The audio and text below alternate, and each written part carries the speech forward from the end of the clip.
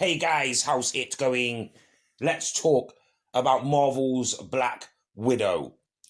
Black Widow has finally released the highly anticipated Scarlett Johansson movie set around the Red Room and all that Marvel has spoke about previously in the comic book history and lore of the Avengers and Black Widow, etc. As always with these, this is not a review, this is a British fans' retrospective thoughts and opinions. But I am going to play this slightly different this time, guys. I'm going to talk about things that are in the movie, so if you don't wish for this to be spoilt for you, then do not listen to this at this point. I will try to give you a heads up, but I will have to give you some highlights of the movie from myself. Firstly, I will say that the film starts off with a origin type story. It's only brief, but you do get a look into the history and past of Natasha Romanoff, aka the Black Widow. She is part of what looks like a family, but this family turns out in the end, spoiler alert, that they are not actually her mum and her dad. They are another widow, and the widows are trained assassins. They're not widows like they've lost their husbands or whatever like that. But yeah, another widow or one of these girls that are trained, she is with the Red Guardian. The Red Guardian is Russia's version of Captain America. He has the same kind of abilities, super serum, super strength, super soldier sort of stuff. And he is known in the Marvel Comics. It was around the time when Marvel Comics were doing the Civil War stuff. This is where the whole thing is set around the Civil War times with all the sleeper agents and all those secret assassin types of things. So you can get the picture with that, guys. And Romanoff is a girl that's parents were apparently murdered.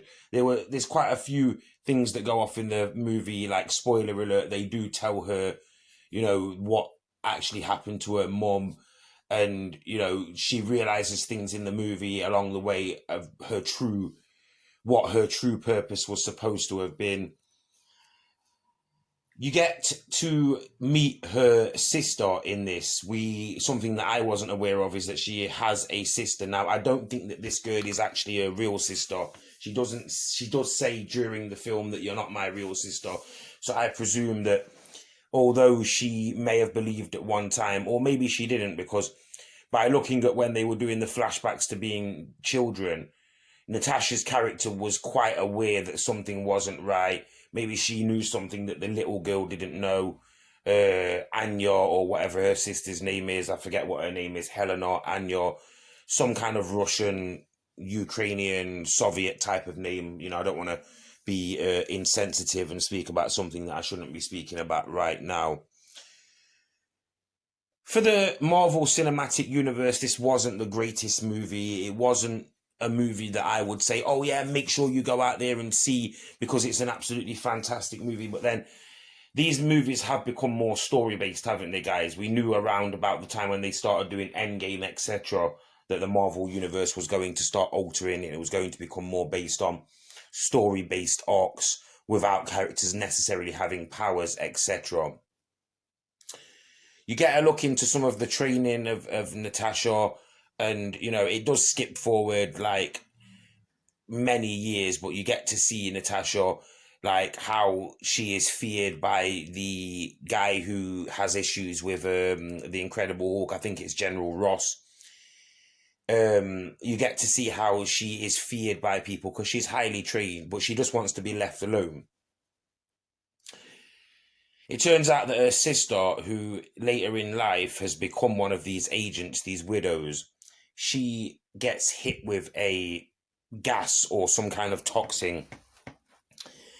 And as I said, guys, this is going to be a spoiler alert, so you need to be aware. I probably should have said that before, but who cares at this point? But she gets hit with like a toxin and a gas that alters her thinking state, because these widows are brainwashed and they are programmed to believe that what they're being told to do is life and death. It's a matter of life and death, whereas they don't actually have any life.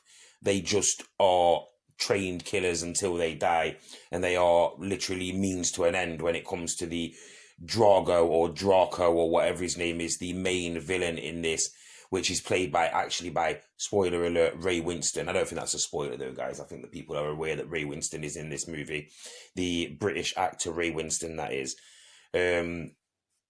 But yeah, she's hit with like a super serum, a super spray gas. Sorry, not serum, like a gas thing, and it reverses the effects of the brainwashing and the training, and she then escapes and takes her tracking chip away, and she gets away from the organization that controlled the Red Room and the people like that.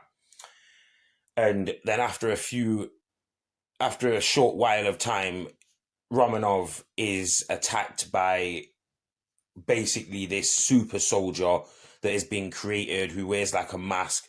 I forget what the name of this character is actually referred to, but it turns out, spoiler alert, that this is actually the daughter of Draco or Drago, and this is somebody who Natasha Romanoff actually killed years before, when she thought that she killed Drago or Draco or whatever. I'm just going to call him Draco or Draco or Draco, whatever his name is. I'm just going to say that. But yeah, so her sister goes to Romanov. She hides some things in Romanov's car, but obviously this is off screen. Natasha's attacked by this thing. It doesn't go for her, it's going for something that's in her car. So she realizes that he's looking for something. She manages to get away with it. It turns out that this is the toxin and gas that stops the effects of whatever the brainwashing is. And that's basically the whole premise of the movie. They try to free a load of the women, and they do free a load of them. And then in the end, it's a big battle. And as you can imagine, it's one of the drawn out situations. As for the Red Guardian, he's not much of a Guardian at this point. They actually break him out of prison during the film. And he is a half of the man that he was before. Not that he was anyone special, but he was basically working as an undercover agent in America during the Civil War times, and that's where they pretended, when they were living in Ohio at the start of the movie, to be a normal family. And then, of course, as soon as his work was done, he was locked up and sent away with no purpose. And he becomes a bit like a pseudo-celebrity while he's in prison. But he does play a character with comedic effect, like he's put loads of weight on. He tries to put on the original suit. He does actually get the suit on, but he obviously looks ridiculous in it. Yeah, you know, he's effective in the film in his own way, but he's not a great supporting character or anything like that. The main villain, of course, is him and the person who he controls, which is his daughter. They do seem to have quite a lot of power, unnecessary power in this, but then you know how these Marvel and comic book films actually work. So in closing, guys, they do end up, spoiler alert, defeating Draco, whatever his name is, and then they do actually have some kind of an acceptance and reconciliation with the Red Guardian, and they just basically accept that they're a dysfunctional family, but they don't want to lose contact to each other, etc., etc. Now, when you skip forward, once again, spoiler alert, if you remember, Natasha Romanoff is actually deceased, I believe, in the Marvel Universe, from where she sacrificed herself in the Endgame.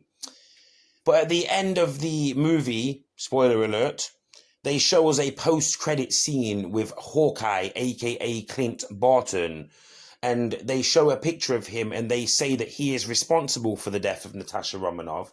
And they show this to her sister, and her sister is continuing to work as an assassin, and it looks like she will now set her sights on Hawkeye. Where this is going, I've got no idea. It was a little bit confusing, to say the least, but I guess we'll see going forward. To summarize this, it's a very good movie, but I'm only going to give it an 8 out of 10 because there was a lot of exposition and storyline arc rather than there being action. Don't get me wrong, there was enough action in this film for people to be entertained by this film. As I've said, guys, this isn't a review of sorts. Well, it's a review of sorts, but it's not a full review. It's more, like I said, a retrospective with a little bit of a twist this time, because I wanted to actually speak in detail and I didn't want to get anybody else's input before I did this. I apologize if it's a little bit all over the place, but I hope you can understand I do recommend this, guys. If you can go and watch it at the cinema, then go and watch it. I enjoyed it, and so did Tyrexy Gaming, and we hope that you do too. Please like, share, subscribe, and stay tuned for more.